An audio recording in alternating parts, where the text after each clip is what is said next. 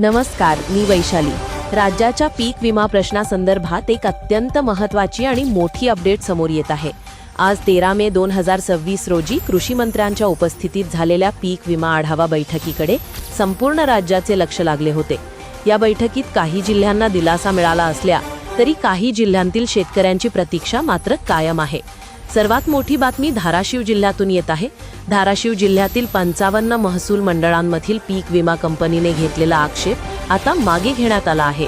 यामुळे जिल्ह्यातील जवळजवळ 4,05,000 शेतकऱ्यांचा पीक विमा मंजूर झाला आहे।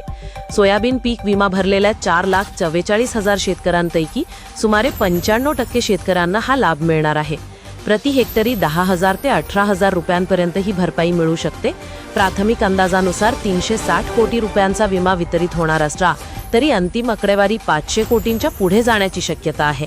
धाराशिव सोबतच अहिल्यानगर जिल्ह्यातील कोपरगाव तालुक्यातील 5,000 शेतकऱ्यांसाठी 12 कोटी रुपयांचा पीक विमा मंजूर करण्यात आला आहे।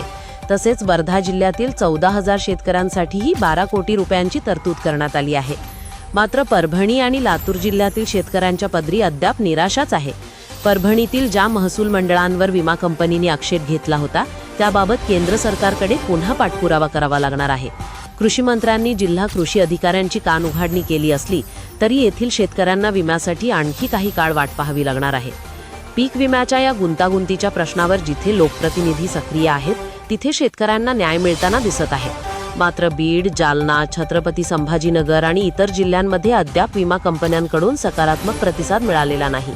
सरकारने केवळ बैठका न घेता सर्वच बाधित महसूल मंडळांमधील शेतकऱ्यांना लवकरात लवकर भरपाई मिळवून द्यावी अशी मागणी शेतकरी करत आहेत। पीक विम्यासंदर्भातील अशाच प्रत्येक जिल्ह्याच्या ताज्या अपडेट्ससाठी आम्ही तुमच्यापर्यंत माहिती पोहोचवत राहू। मी वैशाली आणि आमची संपूर्ण टीम तुमच्यासाठी अशाच महत्त्वाच्या बातम्या घेऊन येत राहू। धन्यवाद।